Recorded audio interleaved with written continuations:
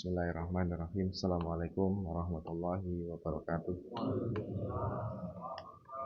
Innal hamdalillah nahmaduhu wa nasta'inuhu wa nastaghfiruh wa na'udzu billahi min syururi anfusina wa sayyiati a'malina may yahdihillahu fala mudhillalah wa may yudlilhu fala hadiyalah. Asyhadu an la ilaha illallah wa asyhadu anna Muhammadan abduhu wa rasuluh. An-nabiyya ba'dah. Alhamdulillahirabbil alamin. Qala Allah ta'ala a'udzu billahi minasyaitonir rajim. Bismillahirrahmanirrahim. Innallaha yuhibbunal ladzina yuqatiluna fi sabilihi shaffan ka'anna bunyanun marsus. Wa qala Allahu aidan innamal mu'minuna ikhwah. Shadaqallahul adzim. Bapak Ibu jamaah rahimakumullah, marilah kita selalu bersyukur pada Allah SWT karena Allah telah memberikan kepada kita segalanya, termasuk juga kemerdekaan kepada kita, kepada bangsa ini, sehingga kita tidak lagi menjadi bangsa yang terjajah. Kemudian marilah kita bersolawat kepada Rasulullah SAW, karena beliaulah yang berjasa mengantarkan kepada kita bangsa Indonesia sehingga memiliki fikrah Islam, sehingga di dalam memerdekakan bangsa ini pun kita itu disemangati oleh fikrah Islam tersebut gitu ya. Bahkan negara ini pun terbentuk karena semangat Islam gitu ya.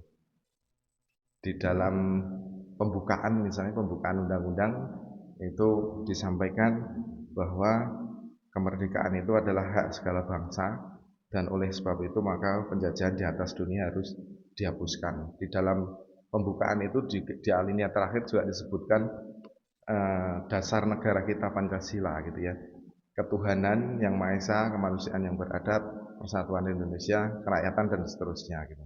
Kalau kita perhatikan 5 dari Pancasila ini juga sebetulnya adalah intisari dari Islam wasatiyah, Islam yang pertengahan gitu ya.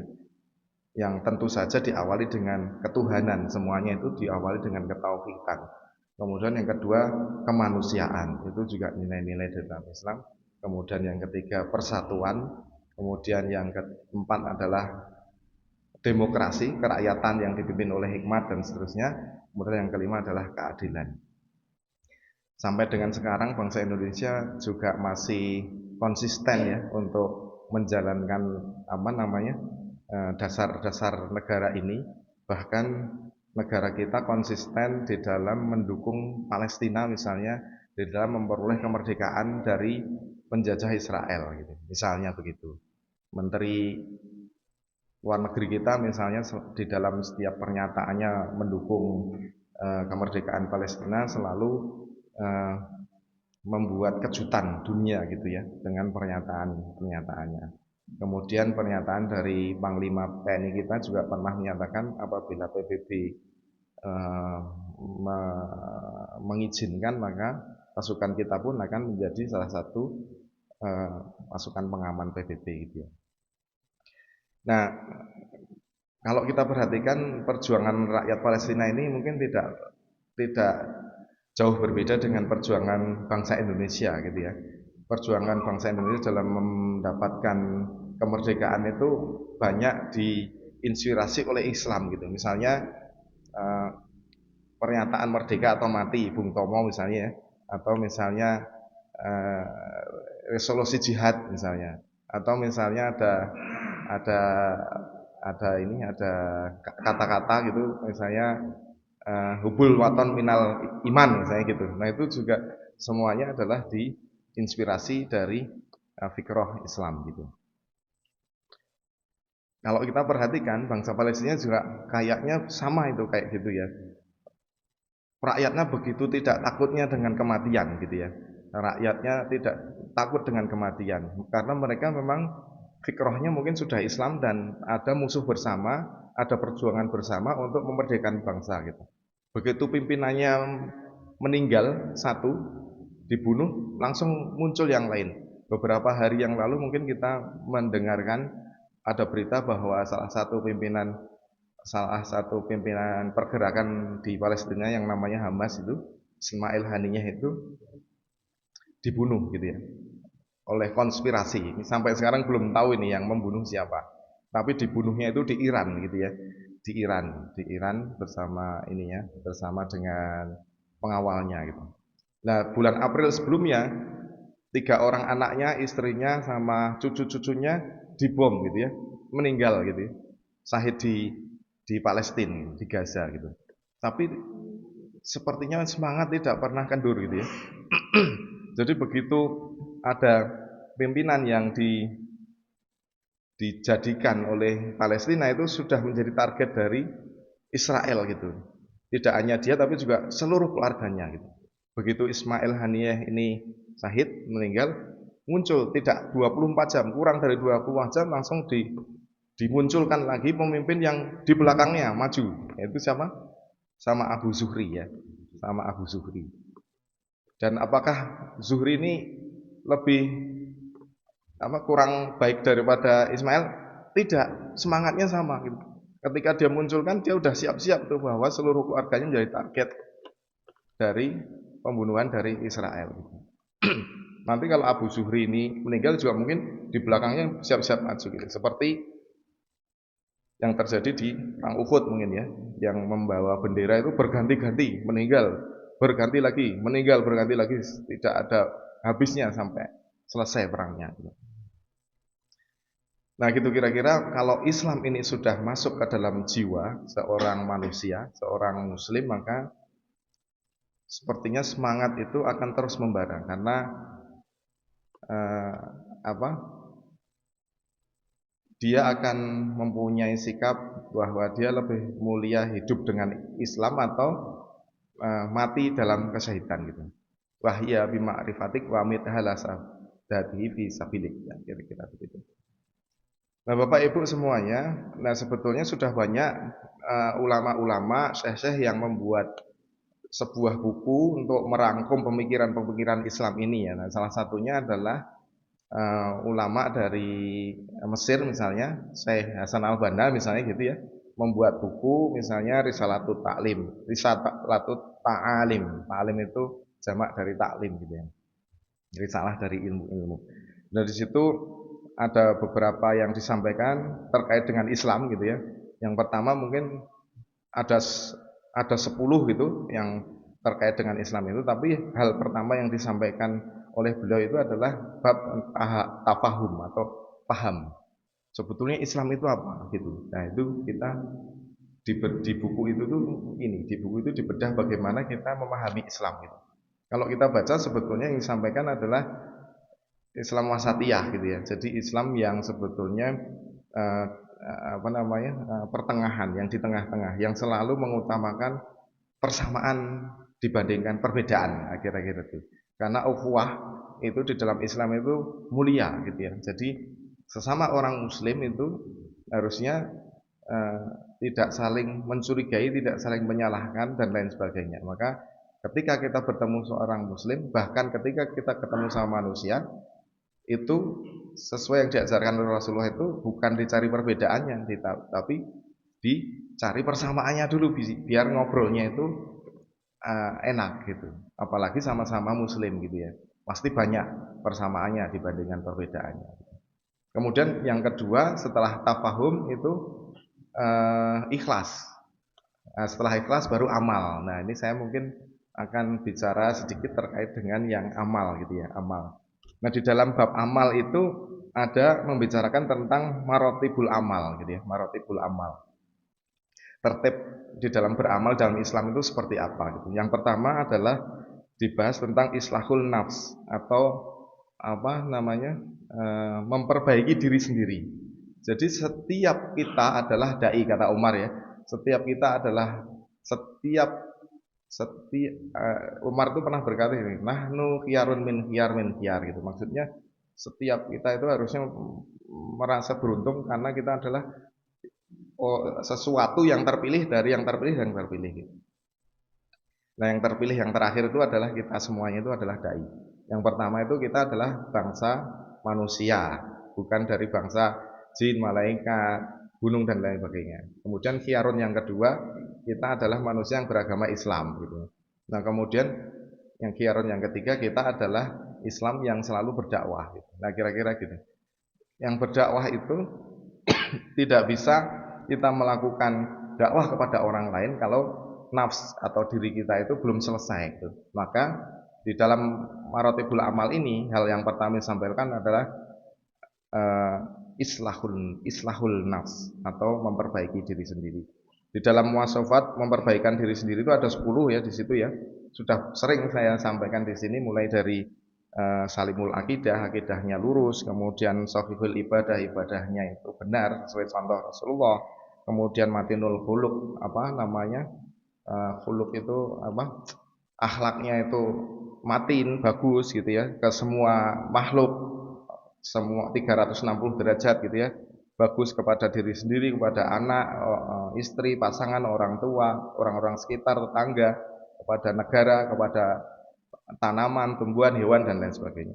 Kemudian yang keempat adalah kuatul jism atau apa namanya jasad yang kuat gitu ya. Itu tentu saja harus diupayakan, tidak boleh disia-siakan jasad ini karena ini adalah amanah dari Allah. Maka kita harus perhatikan makanan kita, kemudian kita harus perhatikan olahraga kita perhatikan apa namanya pola istirahat dan lain sebagainya. Kemudian yang kelima musafakul fikri atau wawasannya itu harusnya luas gitu. Orang Islam itu harusnya mempunyai wawasan yang luas. Kemudian yang keenam mujahidun li nafsihi atau bersungguh-sungguh di dalam memperbaiki diri sendiri setiap hari gitu, diiterasi. Ini ada yang salah nggak hari ini? Muhasabah. Besok diperbaiki. Ternyata masih ada lagi muhasabah terus, itu mujahidun namanya. Mujahidun, iterasi yang berkelanjutan itu namanya mujahidun. Kemudian yang ketujuh harisun alal wakti atau seorang Islam itu harusnya memperhatikan waktunya, menghargai waktu. Tidak boleh ada waktu yang harusnya tidak ada tujuan sehingga sia-sia. Harusnya semua waktunya itu dikendalikan oleh dia sehingga yang sia-sia itu sedikit gitu ya. Gak mungkin kita nggak ada sia-sia ya. Pasti ada yang mudarat, ada manfaat. Tapi kita usahakan waktu kita itu banyak manfaat dibandingkan mudaratnya. Kemudian yang kedelapan munazam visu ini. Jadi setiap urusannya itu adalah sudah diatur. Ada agenda ini, agenda ini teratur agendanya. Untuk anak, memperhatikan anak, jadwalnya kapan, kegiatannya apa, istri bagaimana, lingkungan menjadi pengurus DKM bagaimana, RT, RW di kantor dan lain sebagainya. Semuanya tersusun rapi. Kemudian yang ke-9 adalah qadirun alal kasbi. Jadi seorang muslim itu harusnya dia mampu secara ekonomi gitu ya. Tidak boleh menjadi peminta-minta. Minimal dia berusaha gitu ya. Minimal dia berusaha. Kalau zaman dulu Rasulullah ketemu sama pemecah batu itu, tangannya yang pecah-pecah itu dicium oleh Rasulullah itu dan Rasulullah mengatakan ini nanti yang akan memasukkanmu ke dalam surga gitu. Jadi ada beberapa hal amal yang bisa menghapus dosa, bisa mengantarkan kita ke surga, termasuk salah satunya adalah bekerja keras gitu. Nah yang ke-10 adalah baru nafi'un li ghairihi. Setelah selesai dengan urusan kita, barulah kita bisa bermanfaat untuk orang lain gitu. Itu tahapan pertama di dalam maratibul amal, islahul nafs gitu ya. Nah, setelah islahul nafs apa? Setelah kita selesai dengan diri kita sendiri, maka tahapan yang amal yang kedua adalah takwinul baitul muslim. Jadi kita itu bertambah kewajibannya. Kewajiban kita setelah kepada diri sendiri selesai, maka tambahannya ketika tambah umur kita harus berkeluarga kan ya, menikah gitu. Nah, itu kewajiban kita membuat membina keluarga muslim yang baik. Nah, gitu ya, membina keluarga muslim yang baik. Nah, kalau keluarga muslim yang baik ada di kampung kita itu banyak, maka nanti buahnya adalah irsadul mustama, jadi bisa membimbing masyarakat gitu ya. Karena keluarga-keluarga yang baik ini nanti jadi struktural di masyarakat gitu. Ada yang jadi ketua RT, ada yang jadi ketua PKK, ada yang jadi Karang Taruna, ada yang jadi RW, DKM dan sebagainya. Kalau orang-orang ini selesai dengan dirinya dan dia selesai dengan keluarganya, barulah nanti dia bisa bermanfaat untuk orang-orang lain di sekitarnya. Nah, gitu ya. Kemudian yang keempat, tahsinul waton atau memerdekakan tanah air gitu ya. Nah, ini yang keempat inilah yang sesungguhnya sedang terjadi di Palestina dan mungkin kita dulu juga sudah melaluinya gitu ya. Di Palestina ini harus mereka itu kalau kita perhatikan sepertinya orang-orangnya itu sudah selesai dengan keluarganya ya. Mereka pemahaman tentang Islam sepertinya sudah lebih baik lah daripada kita gitu ya.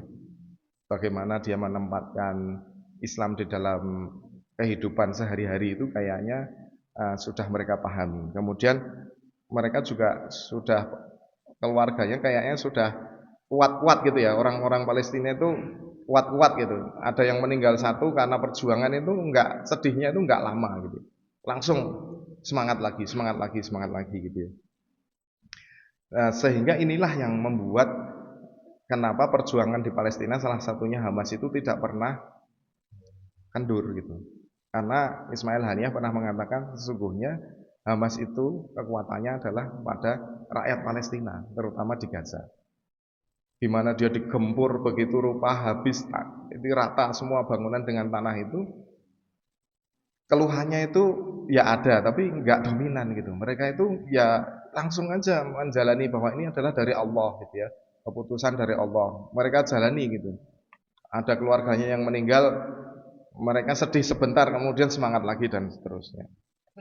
Nah, kemudian setelah Ahsinul Waton yang kelima Islahul Hukumah atau memperbaiki kalau sudah kemerdekaan itu diraih maka memperbaiki hukum dan pemerintahan dan seterusnya gitu ya. Ada beberapa langkah lagi ke depan. Mungkin itu yang bisa kami sampaikan. Mohon maaf apabila ada kekurangan dan kesalahan. Sebelum kita tutup marilah kita berdoa untuk rakyat Palestina supaya Allah SWT memberikan kemenangan kepada rakyat Palestina, segera mengakhiri penjajahan di Palestina dan memberikan kemerdekaan.